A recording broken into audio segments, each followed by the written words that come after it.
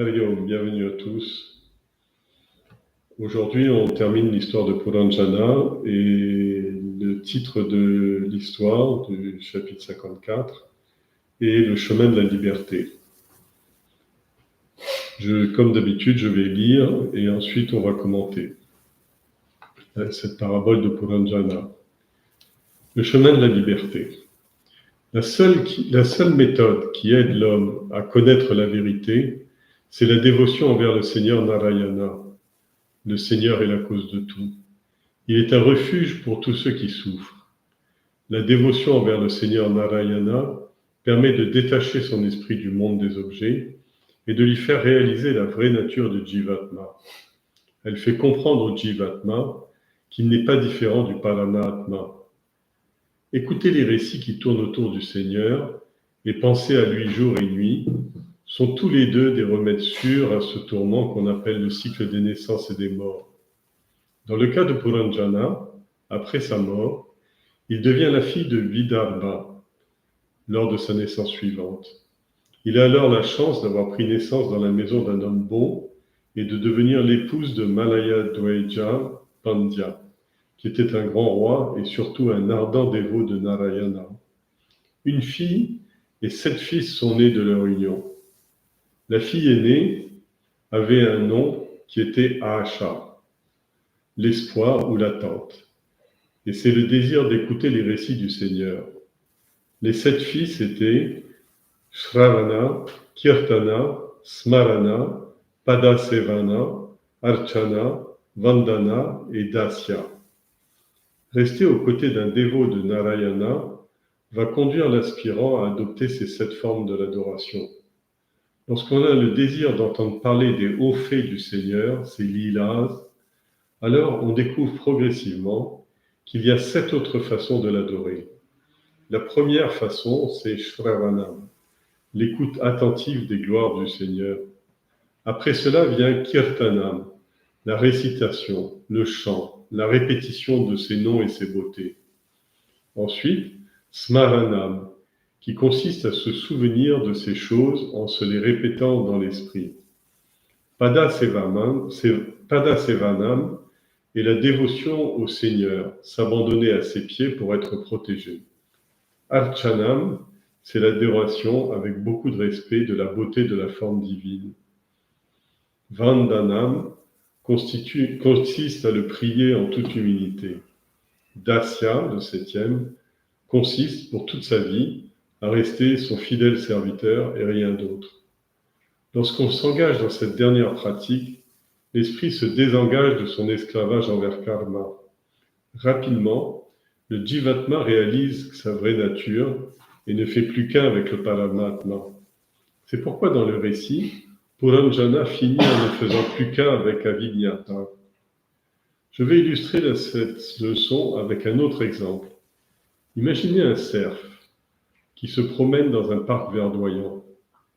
Il y découvre une partenaire et il se trouve que le parc est couvert d'une herbe tendre sur laquelle il envisage de passer tout le reste de sa vie.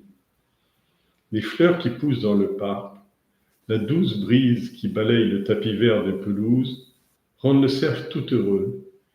Il pense que désormais rien ne pourra plus faire obstacle à son bonheur et à la vie heureuse qu'il va pouvoir mener dans ces lieux. Mais pendant ce temps, un loup redoutable, bien décidé à le dévorer, est aplati dans les fourrés juste devant lui et le guette. Toute l'attention du cerf est captée par sa nouvelle compagne, par la majesté du parc, par le goût divin de l'herbe tendre et par la douce brise qui caresse le jardin et lui effleure le corps. Alors, le pauvre cerf ne voit pas le loup. Il ne se rend pas compte non plus qu'un chasseur est en train, au même moment, de le viser par derrière avec une des terribles flèches qu'il transporte dans son carquois. Eh bien, la vie de l'homme sur la terre ressemble beaucoup à celle de ce malheureux cerf insouciant. Les plaisirs que lui procure le monde sont aussi éphémères que le parfum des fleurs du parc. Hommes et femmes déambulent dans le beau jardin du hasard à la recherche des plaisirs éphémères que procure la compagnie de l'autre. Pendant ce temps, tel un loup, le temps attend, tapis juste dans l'ombre. Il ne s'en aperçoit même pas car il ne lui accorde aucune attention. Derrière lui se trouve aussi la mort. Elle a en réserve 1000 sortes de flèches qui sont les maladies. Et la mort décroche sur lui ses flèches une à une. Mais l'homme ne comprend pas non plus le message. Il ne tient pas compte de cet autre avertissement. Narada fit une pause pendant un moment et reprit ensuite. Je corrige la faute d'orthographe. Et reprit ensuite. Si je vous ai raconté cette histoire mythique de Puranjana, c'est parce que je voulais que vous réalisiez que la voie des œuvres, le karma kanda, est un chemin qui conduit très loin de la vérité absolue. Vous valez bien plus que ces êtres humains ordinaires, qui pensent pouvoir atteindre les cieux en accompagnant des sacrifices, des yajnas. Les actions ou karma que vous avez entreprises ne vous apporteront que des choses appartenant à ce monde. Vous devriez essayer de ne plus vous y impliquer. Cela vous aiderait beaucoup à vous mettre à rechercher quelque chose de plus grand. Cela vous aiderait beaucoup de vous mettre à chercher quelque chose de plus grand. Plaire au Seigneur et essayer de l'atteindre sont les seules choses dans lesquelles un homme devrait s'impliquer. La compagnie des sadhus, ces hommes bons, va développer en vous un regain d'amour pour les histoires du Seigneur. Lorsque vous aurez parcouru les 7 voies que je vous ai décrites, vous atteindrez enfin la dernière étape qui est celle de l'adoration, de l'abandon de l'ego, Atma Samarpana. La libération est atteinte lorsque l'ego est complètement réduit en cendres. Celui qui pense constamment au Seigneur ne sera jamais troublé par les objets du monde. La douleur ne l'accable pas, et il ne sera pas non plus exalté lorsque le plaisir viendra à sa rencontre. Il atteindra l'équilibre de l'esprit, qui est très proche de l'état de Brahmi. Quand le Jivatma et le Paramatma fusionnent l'un dans l'autre, il n'y aura plus jamais d'autre naissance ou de décès. Alors, oubliez le chemin que vous avez suivi jusqu'à présent et consacrez donc le reste de votre vie à méditer sur le Seigneur. Un long silence s'installa dans la salle du palais.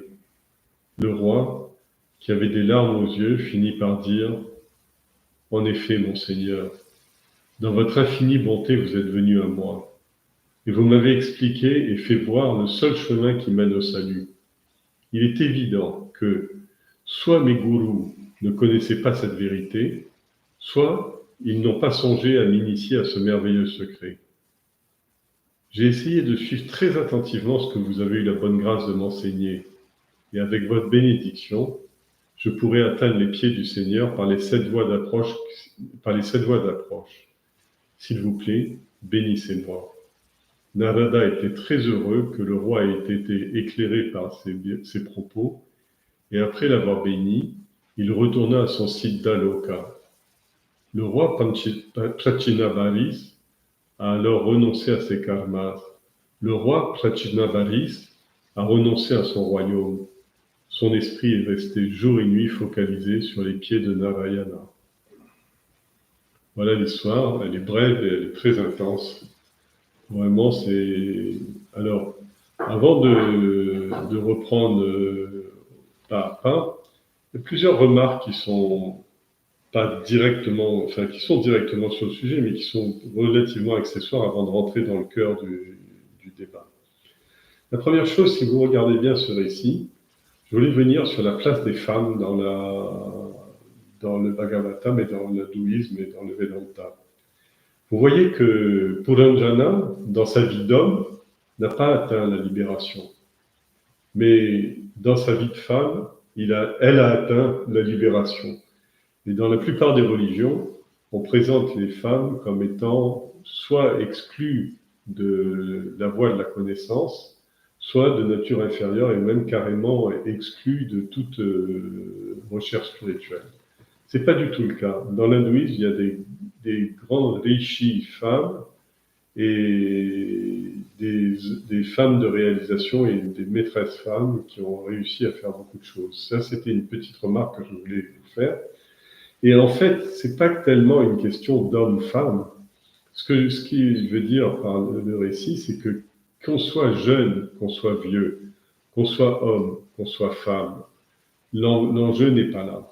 L'enjeu, c'est soit on est dans une vie extrovertie et on n'arrive pas à s'en, comment dire ça, défasciner ou déshypnotiser, soit on reste hypnotisé par la vie extrovertie, soit à un moment donné, on arrive à la maturité. Cette accession de la maturité, si vous regardez bien la vie de Puranjana, l'histoire précédente, la première partie de l'histoire, Puranjana, il a mené la belle vie, quand on avait vu, c'était le 52, je crois, la belle vie de Puranjana. C'est-à-dire, il a fait une belle vie, il n'a rien fait de mal. Il était amoureux d'une femme, il a géré sa femme, il a géré ses enfants, etc. Il n'a pas eu de, il n'a rien fait de mal dans sa vie. Mais la seule chose, c'est que c'était une vie sur une dimension horizontale, c'est-à-dire c'était une vie qui ne brisait pas le cycle des naissances et des morts. Tandis que dans la vie suivante, même sans le savoir, et c'est la beauté, c'est ce qu'on avait vu la semaine dernière, la beauté de cet enseignement, c'est que une fois devenue femme, sans même comprendre ce qu'elle faisait, elle s'est mise au service d'un homme, d'un grand roi. Elle est née dans une belle famille, donc elle a reçu déjà la grâce exceptionnelle d'être née dans une famille qui a à manger, qui a une culture, qui a le respect les uns des autres, etc. Et en plus, elle a fait un beau mariage avec un roi qui était un très grand roi, parce que Malaya Dweja Pandya, la lignée des Pandya, elle est très très importante, même dans le Mahabharata. C'était des gens qui couvraient la plus grande partie de l'Inde, tout ce qui était, y compris tout ce qui était entre Bombay et toute la partie est et nord-est de l'Inde.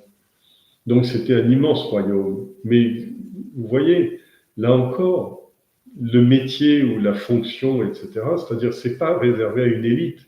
Par exemple, là, elle était uniquement une simple épouse, elle n'avait aucun rôle social et tout, elle était juste au service dévoué de son mari.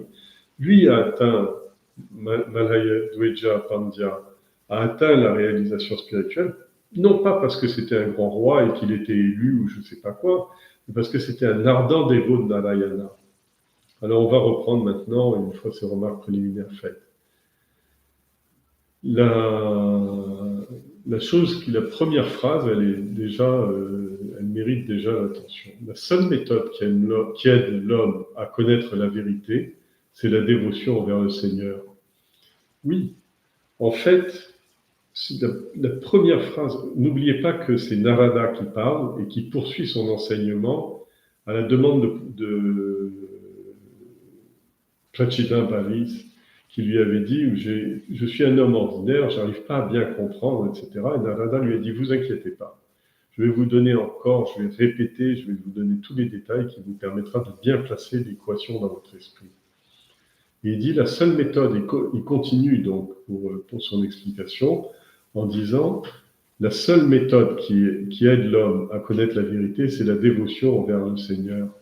C'est-à-dire que globalement, ce qui veut dire par là, la dévotion, pour être vraiment dévoué envers quelqu'un, il faut connaître cette personne. C'est-à-dire la dévotion est une étape qui passe d'abord par une connaissance profonde, par une grande culture, etc., envers le Seigneur. Mais même si cette culture est limitée, c'est la dévotion qui compte, c'est-à-dire bhakta. Et la dévotion, ça veut dire réveiller quelque chose. En quelque sorte, on est comme sous anesthésique vis-à-vis du Seigneur. Pourquoi ? Parce qu'on est hypnotisé, on est comme ces opérations où on ne sent pas le bistouri parce qu'on est hypnotisé par l'hypnotiseur. L'hypnotiseur ici, c'est Maya, c'est la beauté du monde et l'espoir de faire la crédulité que l'on va faire son bonheur dans le monde. Et en fait, du coup, on en oublie notre nature intérieure qui est déjà un fait déjà accompli, un bonheur déjà accompli, et qui est même le tissu de notre vie profonde, de notre cœur, qui est ce tissu de bonté, de paix, etc. Sat, Chit, Ananda, existence absolue, satisfaction et conscience, et illimité, et tout ça est déjà en nous. Donc le propos de Narada, qui est le prince des Bhaktas, puisqu'il y a même un livre entier qui s'appelle Narada Bhakti Sutra, c'est-à-dire le fil conducteur enseigné par Narada qui consiste en la bhakti. Et le Seigneur est la cause de tout. Il est le refuge pour tous ceux qui souffrent. La dévotion envers le Seigneur permet de détacher son esprit du monde. En fait, toute la vie spirituelle consiste à détacher son esprit du monde. Et les gens pensent que, avec leur intellect, ils vont construire un nouveau référentiel, etc. Non, il ne faut pas construire quelque chose de nouveau, il faut restaurer un tissu déjà existant ou prendre conscience d'une réalité déjà existante. Alors, elle fait comprendre au Jivatma, c'est-à-dire à l'ego. Jiva, ça veut dire celui qui a pris naissance. Atman, le moi qui est né, n'est pas différent du Parama-Atman, c'est-à-dire le moi suprême.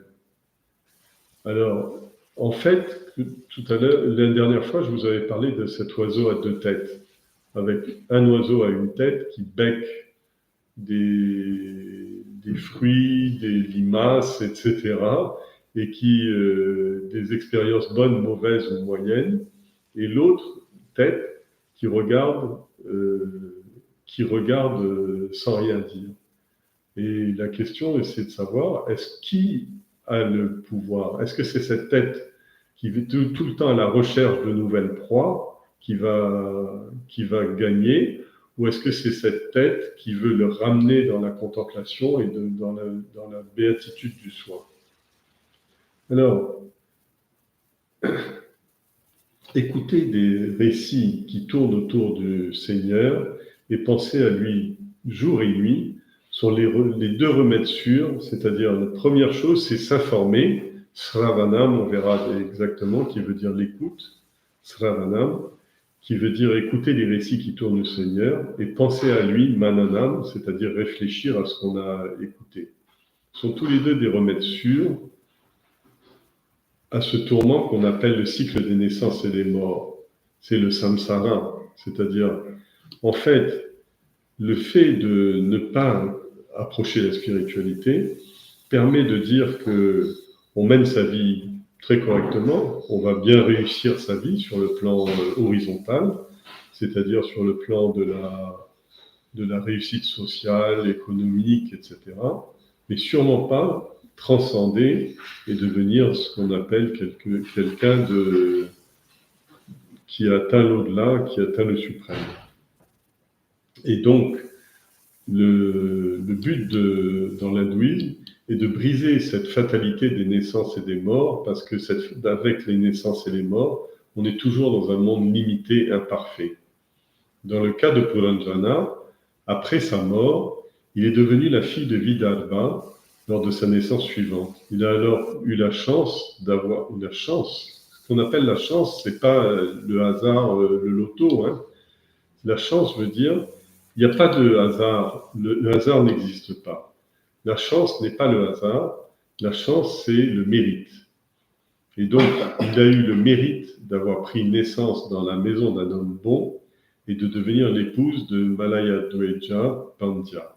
C'est-à-dire que tout ça, ça a été mérité parce qu'il a bien mené sa vie d'homme, il a bien mené sa belle vie, même si cette vie termine sur une catastrophe telle que la destruction de la cité, le mort du grand serpent, etc., du grand prana, mais n'empêche qu'il a accumulé du punya, du mérite, qui lui a valu une naissance plus positive, c'est-à-dire comme il est moins fasciné par le monde, moins aveuglé par le monde, il va pouvoir, sur la fin de sa vie, réaliser qu'il était dans l'erreur grâce à l'intervention, on va voir comment. Alors, son mari était un grand roi et un ardent dévot de Narayana. Dans l'histoire, il dit « une fille et 7 fils sont nés de cette union ». Et là, à la fin, Narada dit qui étaient les fils et les 7 fils et la fille. La fille était l'aînée. Son nom était Asha. Asha. Asha veut dire, pas Asha avec l'argent, hein. Asha veut dire l'espoir, l'attente, le désir d'écouter les récits du Seigneur. Et c'est essentiel. C'est-à-dire que tant qu'on n'a pas de sympathie pour le Seigneur, vous voyez ce qui s'est passé, c'est que quand elle était très vieille et que son mari est mort et qu'elle allait se jeter dans le bûcher funéraire, Avignata, c'est-à-dire le soi suprême, est venu à sa rencontre. Il était tout le temps là, mais tout d'un coup, elle a pris conscience qu'il y avait quelque chose qu'elle avait oublié dans sa vie. Et elle a écouté un peu Avignata. Et Avignata lui a donné ce qu'il fallait c'est-à-dire, ça commence toujours par Sravana, c'est-à-dire la capacité d'écouter. Et les 7 fils de cet éveil de l'intérêt étaient Shravana, Kirtana, Smarana, Padasevana, Archana, Vandana. Alors j'ai fait une note là-dessus qui dit le Bhagavatam décrit 9 façons de pratiquer la foi, bhakti, qui sont reprises dans le Kriya Yoga. C'est une technique de yoga très très populaire en Inde et qui tire sa source dans le Bhagavatam et dans ces techniques-là. En fait, il y a 7 pratiques, mais qui sont entourées de 2 autres. C'est pour ça que le Bhagavatam parle de 9 pratiques, mais dont 7 sont des techniques. 9 pratiques, la première des pratiques, on l'a vu, c'est, on a vu la première et la 9e. La première, tout commence par la fille, Asha. C'est là une révélation. C'est tout d'un coup le désir d'écouter les histoires du Seigneur. Cette révélation, c'est quelque chose qui échappe à l'individu, c'est pas une méthode.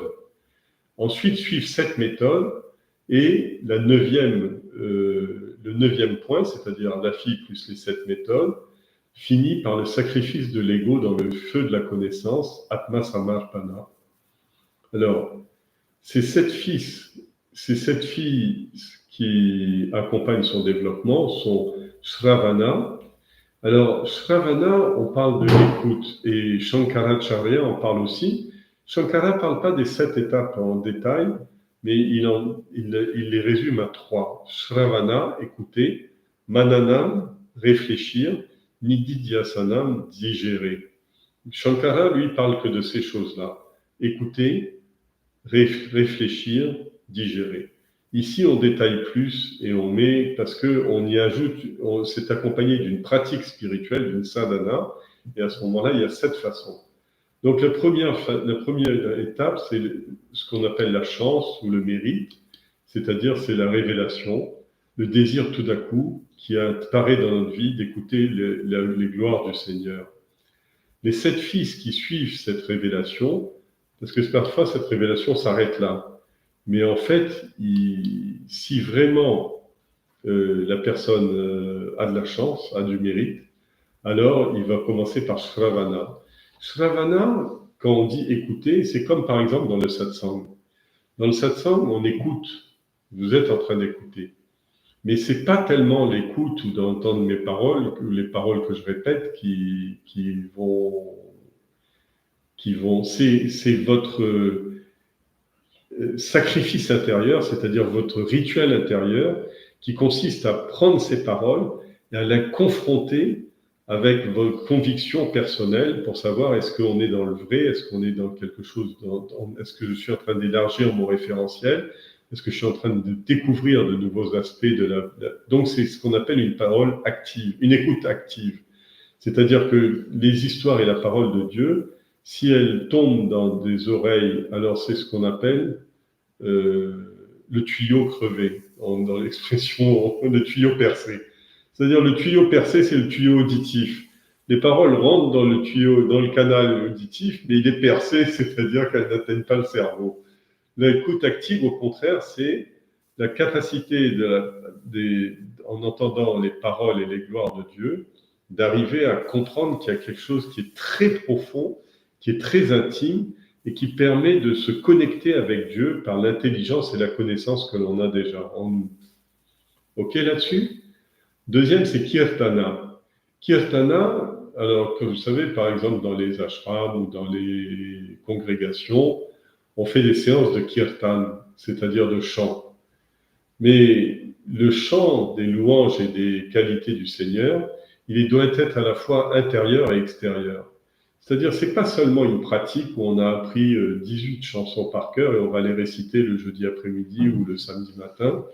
C'est pas non plus euh, des vagues réminiscences intérieures, c'est-à-dire c'est avoir l'envie de partager ce que l'on a appris, c'est-à-dire avoir envie de reformuler ce que l'on a dit et se connecter ensuite pour ressentir à travers cette pratique qu'on appelle kirtanam, c'est-à-dire chanter, s'exprimer, ressentir Dieu, se connecter à Dieu par la joie et la gratitude que l'on a à chanter ses qualités. Smarana. Smarana, ça veut dire, smriti veut dire la mémoire. Vous savez, dans les écritures sacrées, on distingue toutes les écritures sacrées du monde en deux grandes catégories. Une qui s'appelle la Shruti, qui vient de Sravana, écouter, et l'autre qui s'appelle Smriti, se souvenir. Et donc ici, on a Sravana, le premier, le troisième c'est Smarana, c'est-à-dire se souvenir de Dieu. C'est-à-dire que essayer petit à petit de se connecter par Dieu, à Dieu. Au début, par exemple, on peut se dire, par exemple, je prends rendez-vous le jeudi avec le satsang, je suis régulier dans le satsang du jeudi, parce que c'est une façon pour moi, au cours de la semaine, de me reconnecter. Mais petit à petit, essayez quand même de vous reconnecter par la méditation, par la prière, c'est-à-dire par vos propres moyens.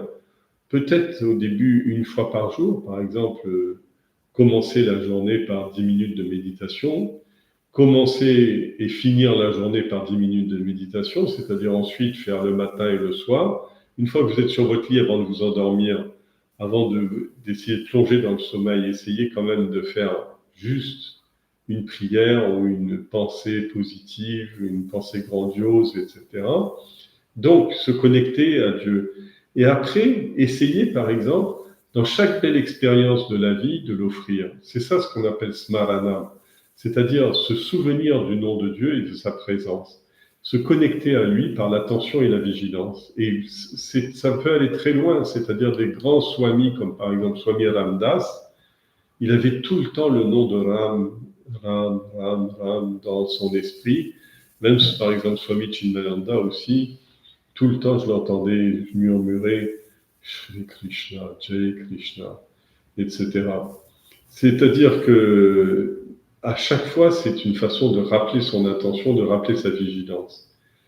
Alors, le quatrième façon de se connecter à Dieu, c'est Pada Seva. Seva, ça veut dire le service. Vous voyez, parfois, le samedi matin, à l'ashram, il y a du Seva. On nettoie, on fait le jardin, on prépare la nourriture, on fait les courses, on nettoie les chambres, etc. On nettoie les cuivres qui vont servir pour le rituel. Alors, c'est un service qu'on rend, jardinage et tout ça. Pada Seva, c'est-à-dire que ce que l'on fait, le Seva, c'est quelque chose de gratuit, c'est-à-dire c'est quelque chose que l'on fait sans... Un travail salarié n'est pas un Seva. Seva, c'est parce que le travail salarié, on vend son travail pour obtenir un salaire. De rendre service à quelqu'un avec un espoir de retour, c'est pas du Seva. Mais rendre service à quelqu'un sans espoir de retour, rendre service à une institution sans espoir de retour, adorer Dieu, y compris par le rituel, sans espoir de retour, alors c'est un Pada Seva, c'est-à-dire le service des pieds de lotus du Seigneur. Pada, pourquoi c'est Pada, les pieds de lotus? Parce qu'on dit que le Seigneur touche le monde, le Seigneur est au-dessus du monde, mais il touche le monde par la plante de ses pieds, et sur sa plante de ses pieds, on dit qu'il est assis, il est debout sur un lotus. Et donc, ces pieds de lotus, c'est cela qu'on sert parce que c'est quelque chose qui nous dépasse complètement. Et donc, ce lotus, ce pied de lotus veut dire respect et soumission à quelque chose qui est beaucoup plus grand que nous. Pourquoi est-ce que c'est grand le Pada Seva? Parce que servir les pieds du Seigneur, ça veut dire servir cette réalité subtile, profonde, ultime, qui est très au-delà de nous-mêmes. Archana, la 5e pratique, c'est la vénération de Dieu.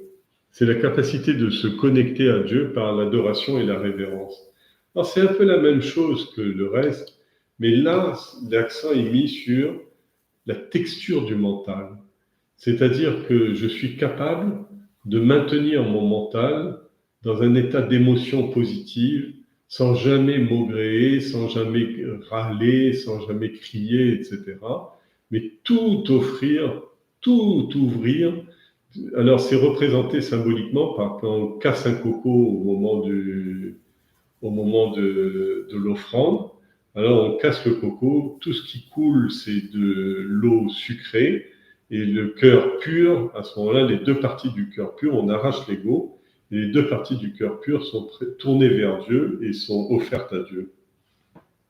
C'est-à-dire qu'il n'y a plus de dualité, tout est devenu... Alors c'est ça Archana. Archana, ça veut dire se transformer, se purifier, de façon à ce que tout ce que l'on donne soit une connexion à Dieu avec adoration et révérence. Vandana, c'est la soumission à Dieu, se connecter à Dieu par la prosternation et l'humilité. Alors ça, c'est très difficile, parce que ça, c'est déjà une étape où il faut arriver à casser son ego. Vous savez, au début, quand j'ai commencé dans l'hindouisme et tout, me mettre à genoux devant un swami, me prosterner devant un swami, j'étais raide, hein. C'était difficile d'accepter ça. Et même devant le Seigneur. Et vous avez vu qu'au moment où on termine le rituel, tous les rituels dans l'ashram, le moment où on termine le rituel, on fait le namaskaram, Ashtanga namaskaram, c'est-à-dire on se couche de tout son long et on salue le Seigneur. C'est-à-dire qu'on reconnaît que notre ego n'est pas et n'est rien en comparaison au soi et au suprême. C'est pour ça qu'on brûle ensuite une petite pastille de camphre qui dit tout cet ego est fait de tous ces vasanas, c'est l'élimination des vasanas. Et alors, une fois que cette soumission, on a réussi à faire cette soumission au suprême, à ce moment-là, on a dasya. Das, ça veut dire un copain, un ami. Mais pas un ami arrogant, fantasque, etc. Un ami fidèle, un ami dévoué, un serviteur presque. Alors, le culte de Bhava, l'état d'esprit, c'est-à-dire que dans cet esprit qui a évolué, qui a fait cheminer, etc., c'est une façon de se connecter avec Dieu par un amour infini et par une absence d'égoïsme. Et évidemment, tout finit dans l'ego, dans le sacrifice de l'ego. Alors, il parle de Atma Samarpana. Je ne sais pas si ceux qui fréquentent un peu les temples, chaque fois qu'on fait des offrandes dans les temples, on dit Samarpayami. Toutes les étapes de la puja, Pushpam Samarpayami, c'est-à-dire cette fleur, je te l'offre, cette eau, je te l'offre, cette prière, je te l'offre, mantra Samarpayami, l'habit, je te l'offre, etc. Mais là, ce que l'on offre, c'est pas seulement les fleurs, l'eau, c'est-à-dire les objets sensibles, du monde sensible. Là, c'est Atma Samarpayami, c'est-à-dire Atma, moi-même, une fois que j'ai offert tous les objets, etc., par les 6 étapes précédentes, par les 7 étapes précédentes, à ce moment-là, la dernière étape, c'est le sacrifice de l'ego. J'ai plus rien à te donner, c'est moi-même que je jette. Et comment je le jette? Samarpayami, au moment où on fait ça, c'est-à-dire on jette dans le feu, sacrifice par le feu. Alors, Atma Samarpayami, je sacrifie mon soi, et après, qu'est-ce qui reste de ces cendres? Il reste Vibhuti.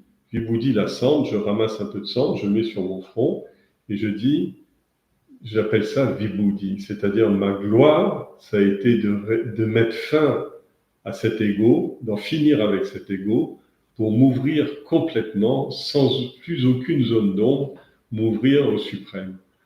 Alors vous voyez, toute cette histoire, elle vous montre qu'en fait, il n'y a finalement que 2 voies. Soit la voie du monde, soit la voie du suprême. La voie du monde, ben, c'est pas très difficile. Vous avez des milliers d'exemples. Vous pouvez mener bien ou mal votre vie, mais dans la voie du monde, comme il a dit, vous allez récupérer des choses du monde. C'est-à-dire que si vous avez mis, par exemple, de l'argent dans la banque, vous allez récupérer votre argent dans cette banque. Votre investissement, vous allez récupérer. Mais vous n'allez pas récupérer de la culture dans une banque. Vous allez récupérer de l'argent parce que vous y avez mis de l'argent. C'est-à-dire tout ce que vous faites au nom du monde, que ce soit votre mariage, votre profession, vos enfants, votre maison, vos biens, votre richesse, etc. Ce sont des bonnes choses, il n'y a rien à dire. Regardez Puranjana, il a préparé, en quelque sorte, mais sauf que le loup et le chasseur sont toujours là, c'est-à-dire le loup du temps qui passe, qui vous dévore, et le chasseur de la mort qui va vous tuer avec ses flèches, jusqu'à la dernière flèche qui sera mortelle.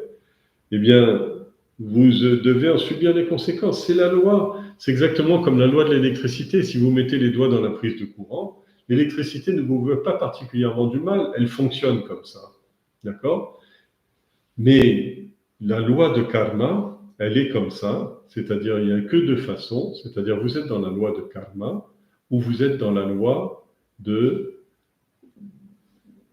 sadhana, c'est-à-dire d'aller vers la méditation du soi. OK pour ces 9 étapes. Alors évidemment, vous ne pouvez pas les retenir sur une simple écoute, mais le texte vous aidera à le reprendre. D'accord ? Alors, attendez, je retrouve où j'étais resté dans le texte. Oui. Alors, lorsqu'on s'engage dans la dernière pratique, alors, oui, le jiva ne fait plus qu'un avec le paramatma. C'est pour ça que, à la fin, Puranjana finit en ne faisant plus qu'un avec Avignata, c'est-à-dire avec le moi a rejoint le soi. Quand le moi a rejoint le soi, le corps va mourir. N'oubliez pas que le dharma du corps, c'est le chasseur va finir par tuer le corps. Même tous les plus grands sages de la création, que ce soit le Bouddha, que ce soit Krishna, que ce soit Jésus, tous sont morts. Krishna est mort de la flèche, la forme physique, la présence physique de Krishna a été une flèche tirée dans son pied par un chasseur inconscient, qui ne lui voulait pas de mal, mais qui pensait que c'était un cerf. Et donc, vous voyez, c'est exactement, même les plus grands sages rencontrent la mort. Alors pourquoi est-ce qu'ils sont sages et pourquoi est-ce qu'ils sont si grands? Pourquoi est-ce que c'est leur grandeur a traversé les générations? C'est parce que ils étaient morts avant de mourir. Ils étaient morts au monde avant de mourir et ils étaient réveillés à un nouveau monde avant que leur corps ne décline trop et ne chute. Alors, attention qu'il n'est pas encore compris. Narada va reprendre sa parabole. Avant, il avait pris la parabole de Puranjana et de Avignata. Maintenant, il va parler de la parabole du cerf. Je vais illustrer la leçon par un autre exemple. Imagine un cerf qui se promène dans un parc verdoyant. Il découvre une partenaire, ça vous ressemble à Puranjana, Puranjani. Hein. Il découvre une partenaire et il se trouve que le parc est couvert d'une herbe tendre sur laquelle il envisage de passer tout le reste de sa vie. Les fleurs qui poussent dans le parc, les expériences sensibles, la douce brise qui balaye le tapis vert des pelouses, les plaisirs, rendent le cerf tout heureux. Il pense que désormais, rien ne pourra plus faire obstacle à son bonheur. C'est-à-dire que dès que l'homme rencontre le plaisir et les conditions favorables, il se croit immortel. C'est-à-dire là, il a oublié, d'entrée de jeu, il oublie sa condition périssable. Et il pense qu'il va mener, et que rien ne pourra faire obstacle à son bonheur et à sa vie heureuse, qu'il va pouvoir mener dans ces lieux. Mais pendant ce temps, le loup redoutable, bien décidé à le dévorer, est aplati dans les fourrés juste devant lui et le guette. Vous vous rappelez, le loup, là, c'était la horde avec les 360 lieutenants et les 360 jours. C'est-à-dire autour du cerf, il y a une farandole qui tourne 360 jours, 360 nuits, 100 ans. Et donc, la farandole continue. Tapis, mais tapis en ce sens que le temps ne s'est pas encore fait sentir cruellement. Mais tout d'un coup, la mort va sortir ou le risque ou la proximité de la mort va arriver. Et là, il va se dire, mais c'est trop tôt, je suis trop jeune encore pour mourir. Il a 107 ans hein, déjà. Pas encore un peu, attends encore un peu, mais quand l'heure est arrivée, il n'y a plus aucune considération. Donc, toute l'attention du cerf est captée par sa nouvelle compagne, par la majesté du parc, par le goût divin de l'herbe tendre, par la douce brise qui caresse le jardin et lui effleure le corps. Alors, le pauvre cerf ne voit pas le loup. Il ne se rend pas compte non plus qu'un chasseur est en train en ce moment même, de le viser par derrière avec une de ces terribles flèches qu'il transporte dans son carquois. La vie de l'homme, là on n'avait pas de lieu de commentaire parce que Narada le fait bien mieux que moi. La vie de l'homme sur Terre ressemble beaucoup à celle de ce malheureux cerf insouciant. Les plaisirs que lui procure le monde sont aussi éphémères que le parfum des fleurs du parc. Hommes et femmes déambulent dans le beau jardin du hasard, à la recherche des plaisirs éphémères que procure la compagnie de l'autre. Pendant ce temps, tel un loup, le temps l'attend, tapis juste dans l'ombre. Il ne s'en aperçoit même pas car il ne lui accorde aucune attention. Tout le monde sait, si vous demandez à n'importe qui, tu es mortel ou immortel? Ah ben bien sûr que je suis mortel, tout a une fin. Mais est-ce que tu en tires les conséquences ou est-ce que tu n'en tires pas les conséquences? Non, pourvu que tout va bien pour le moment, je tirerai les conséquences quand je serai malade ou quand je serai vieux. Tu ne tireras aucune conséquence à ces moments-là. Parce que tu auras déjà utilisé ton énergie vitale, ton prana, tes souffles, tes ce serpent à 5 têtes, là, tu l'auras utilisé complètement cette énergie. Le serpent sera usé et il va te répondre non, je ne suis plus capable de me battre, comme dans l'histoire du serpent. Derrière lui, oui, la mort décoche sur lui des flèches, une à une, mais l'homme ne comprend pas ce message. Ces flèches, ce sont les maladies. Et il ne tient pas compte de ce deuxième avertissement. Narada fait une pause et reprit. Si je vous ai raconté toute cette histoire mythique de Puranjana, c'est parce que je voulais que vous réalisiez que la voie des œuvres, le karma kanda, est un chemin qui vous conduit très loin de la vérité absolue. Alors là, je voudrais m'arrêter un moment. Je vous avais dit tout à l'heure, il n'y a que deux voies, karma kanda et jnana bhakti kanda, jnana ou bhakti kanda. Jnana kanda qui débouche sur bhakti, c'est-à-dire il n'y a que la voie des œuvres, du mondaine, ou la voie de la connaissance aboutissant à la foi. Alors, dans karma kanda, n'oubliez pas que le roi auquel s'adresse Narada avait deux qualités en lui. La première qualité, c'était que c'était le petit-fils de l'étoile polaire, c'est-à-dire son rôle dans le monde était de préserver la connaissance des Védas et de propager la connaissance des Védas sur la terre entière à cette époque-là. Mais lui, il avait complètement oublié cette mission et il ne croyait plus que dans les sacrifices d'animaux. Il pensait que, en coupant je ne sais trop combien de têtes d'animaux, puisque même son nom, Prachinabaris, ça veut dire les litières de sacrifice, la fameuse herbe de Kusha. Et donc, on a fini par avoir ce surnom tellement il a tué d'animaux. Mais là, Narada lui dit, c'est parce que je voulais que vous réalisiez que la voie des œuvres, le karma kanda, est un chemin qui vous conduit très loin de la vérité absolue. Très loin, il a montré où ça le conduit.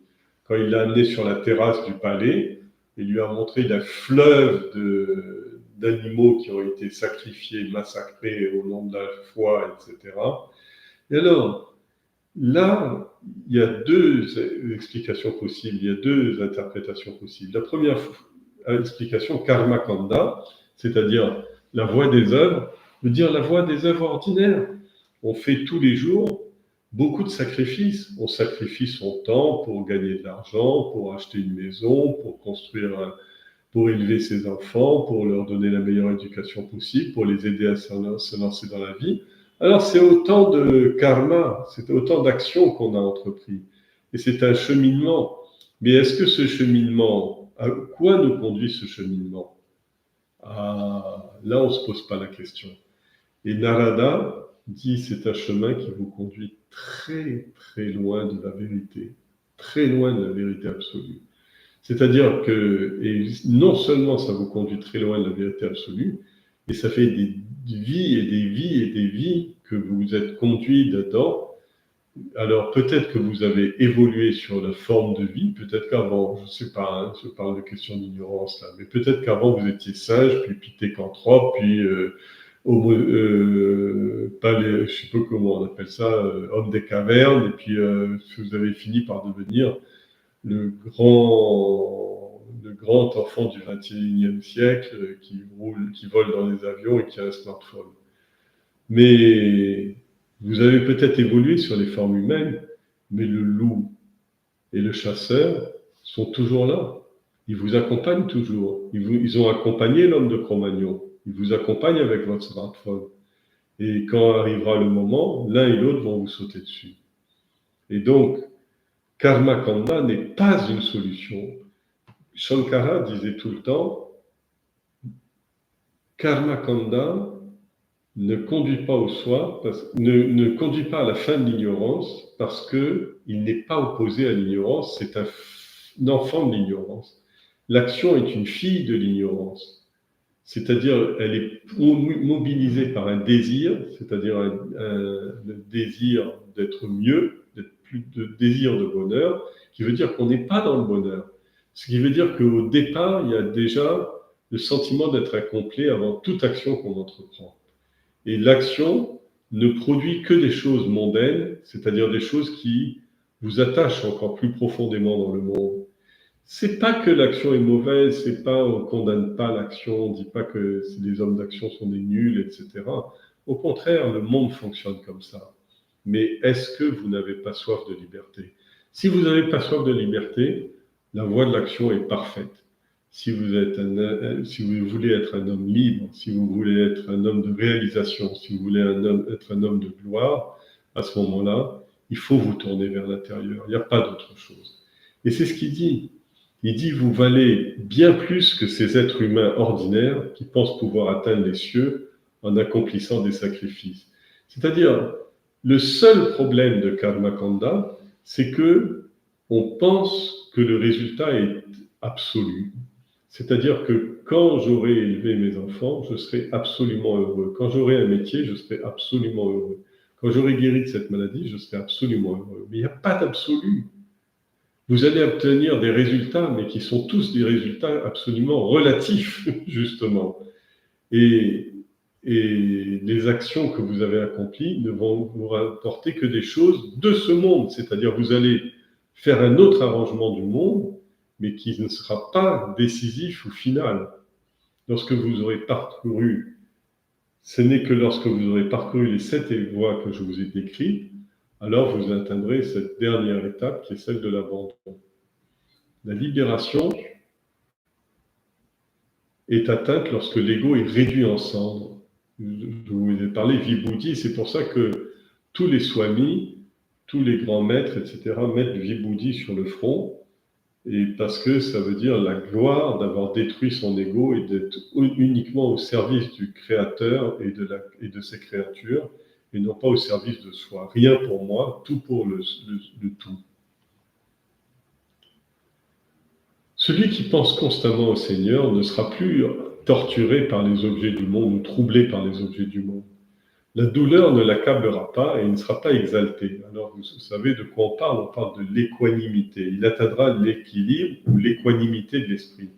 L'équanimité de l'esprit, c'est-à-dire cet esprit qui ne s'étonne plus ou qui ne s'émeut plus de la réussite ou de l'échec, qui poursuit une voie, cet esprit qui poursuit une voie qui est au-delà de la réussite matérielle, qui est au-delà de l'échec matériel, qui est au-delà de l'échec du corps, de l'esprit et de l'intellect. C'est-à-dire que le corps soit en bonne santé ou en mauvaise santé, que l'amour et l'émotion soient positives ou négatives, ou que les croyances et l'honneur ou le déshonneur le frappent, tout ça, il doit garder son équanimité. Ça ne veut pas dire que c'est un imbécile et qu'il ne comprend pas ce qui lui arrive, mais ça, il relativise absolument tout ce qui lui arrive et à chaque fois, il dit, ce n'est pas comme cela que le soi est atteint. Il y a un grand chant de Shankara, ce n'est pas ainsi que le soi est atteint, ce n'est pas ainsi que le soi est atteint. Le soi est atteint par une aventure intérieure qui est complètement différente et qui débouche sur le Atma Samarpayami, Samarpana. Alors, cette équanimité de l'esprit, il donne une indication précieuse en disant, elle est très proche de l'état de Brahman, de l'état de Brahmi, c'est-à-dire l'état de Brahman, l'état de la conscience. Elle est très proche de la conscience, c'est-à-dire, pour être plus précis, dans certains textes sacrés, on parle de l'état de Sakshi, c'est-à-dire le témoin impartial.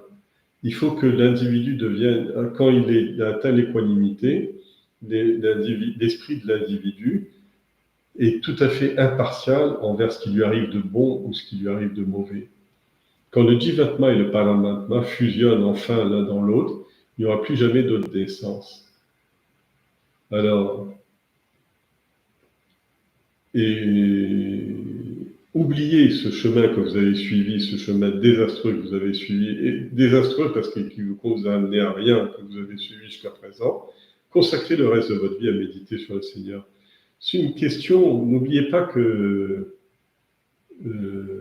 Narada a attendu toute la vie, 2 vies, et c'est à la fin de la vie. C'est-à-dire que globalement, la meilleure période pour réaliser cela, c'est quand on a rempli ses devoirs familiaux.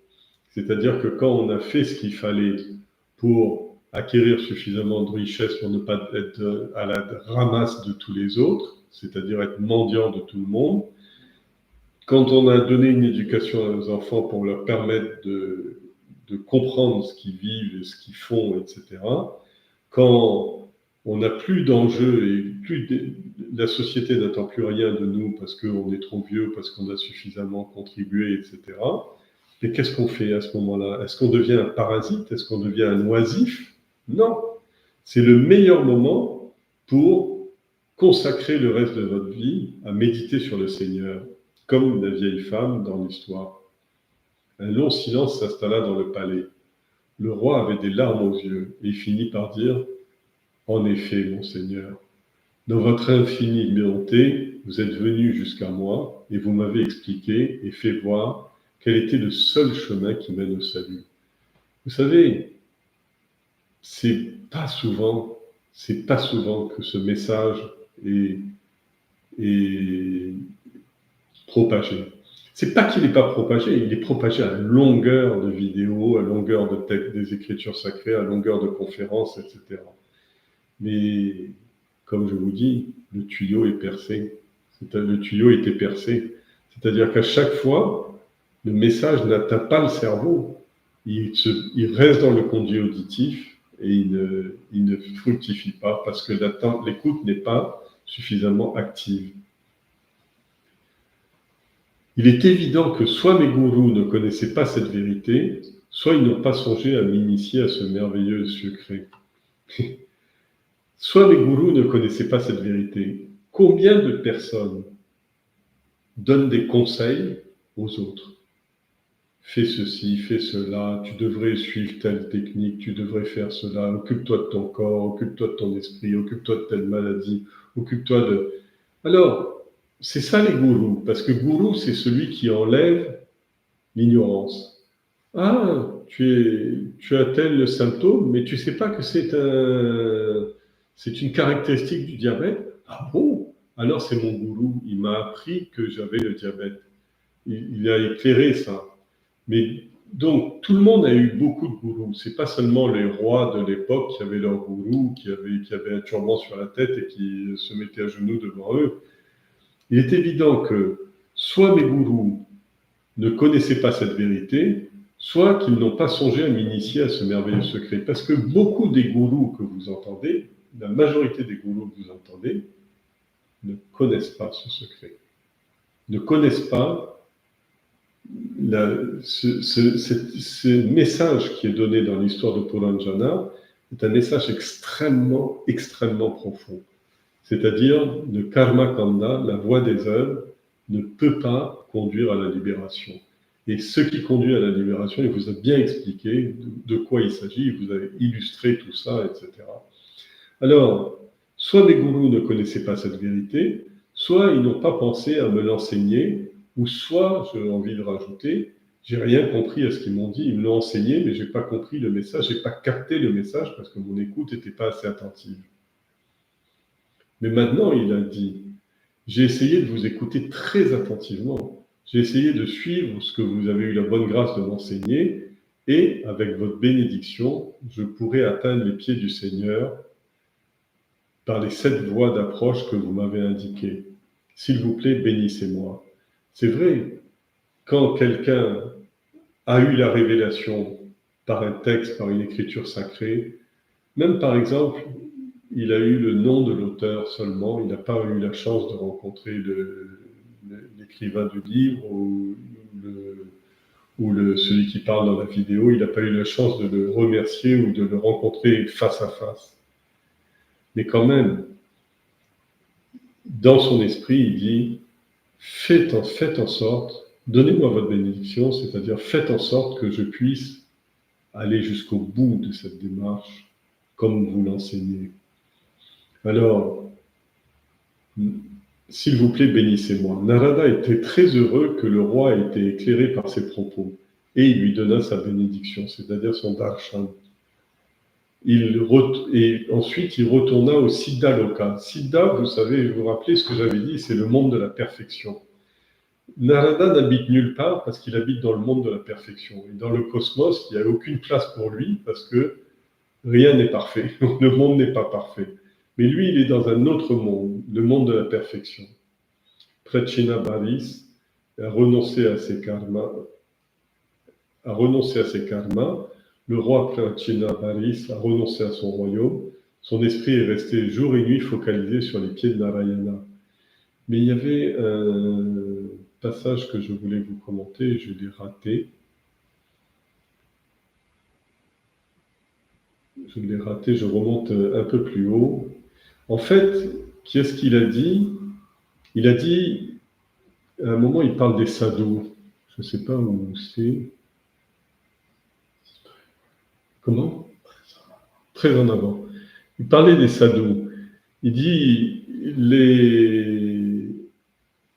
les sadhus, quand quelqu'un s'approche des sadhus, comme cette femme-là, eh bien, la réunion avec les sadhus fait évoluer. Alors on se dit, c'est pas de chance, il faut que j'aille dans l'Inde, au pied d'un renonçant, d'un sannyasine, etc. Parce que les sadhus veut dire les gens qui sont dans sat. Vous savez quels sont les sadhus? C'est tous les gens qui participent au satsang. Sangam, ça veut dire la réunion au nom de sat, c'est-à-dire fréquenter les sadhus, c'est-à-dire fréquenter le satsang. Il n'y a pas besoin d'aller faire un pèlerinage ou d'aller, etc. Mais par contre, il faut bien se mettre s'immerger dans ce courant de pensée qui permet de, voilà, j'ai retrouvé. La compagnie des sadhus, ces hommes bons, va développer en vous un regain d'amour pour les histoires du Seigneur. Lorsqu'on a eu une révélation, la compagnie des sadhus, c'est-à-dire le satsang, va développer en vous un regain d'amour pour les histoires du Seigneur. C'est-à-dire que vous voulez en savoir plus, vous voulez en découvrir plus. Découvrir plus, ça veut dire que vous ne voulez pas apprendre de nouvelles histoires, mais vous voulez pratiquer la symbolique de ces histoires, la thématique de ces histoires, c'est-à-dire le message des Écritures sacrées. Et c'est là qu'ils peuvent participer à ces 7 voies. Les 7 voies sont toutes résumées dans le satsang. C'était ce que j'avais raté comme commentaire. Donc, le roi Prachinabaris a renoncé à son royaume. Son esprit est resté jour et nuit focalisé sur les pieds de Narayana, c'est-à-dire sur les pieds du suprême. Il ne dit pas comment le roi est mort, comment il a passé la fin de sa vie, etc. Mais on a bien compris qu'il est à ce moment-là dans le sannyas, c'est-à-dire dans le renoncement absolu. Cette histoire-là ressemble beaucoup à la fin de la Bhagavad Gita dans le chapitre 18, le Sannyasa Yoga, où l'enseignement étant terminé, ce dernier passage, Krishna dit à Arjuna, va, tu es libre, c'est ce que je vais prendre, on finit la Gita dans le groupe Sud la semaine prochaine, enfin ce dimanche, et donc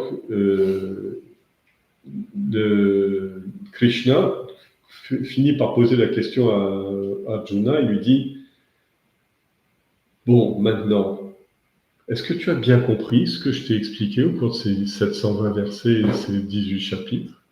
Est-ce que tu as bien compris? Et Arjuna ne lui dit pas « Ouais, je crois que j'ai compris ». Arjuna explose de joie en disant « Là, ce coup-ci, j'ai parfaitement compris ». Et c'est exactement ce qui se passe, c'est-à-dire que j'ai suivi très attentivement ce que vous avez eu la bonne grâce de m'enseigner, et avec votre bénédiction, je vais pratiquer les 7 voies d'approche qui vont me permettre d'atteindre le Seigneur. Donnez-moi votre bénédiction, faites-moi confiance. Narada était très heureux et il l'a béni, et il est retourné dans son monde de la perfection, c'est-à-dire le monde où il l'attend en fait.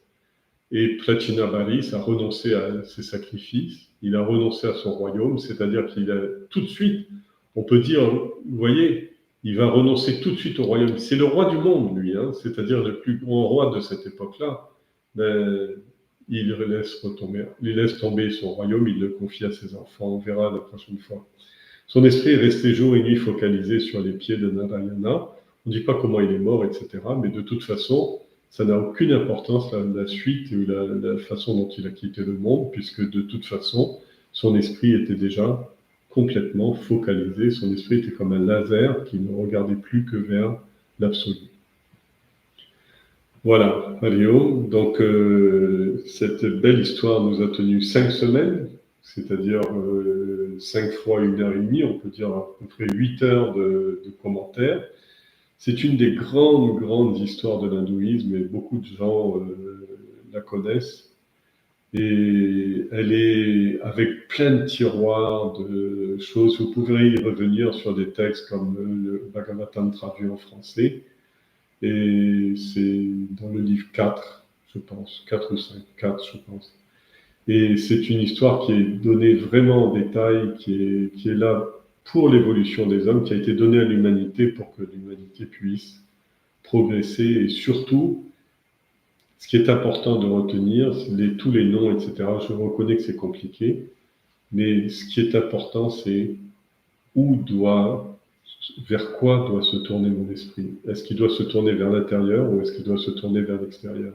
Si vous avez retenu ce message-là, à ce moment-là, pratiquez à travers le satsang, pratiquez les 7 techniques de développement, l'écoute active, le chant, le souvenir, le service des autres, de Dieu à travers les autres, la vénération de Dieu à travers sa culture et sa grandeur, la noblesse, de la foi, la soumission et le culte de serviteurs dévoués.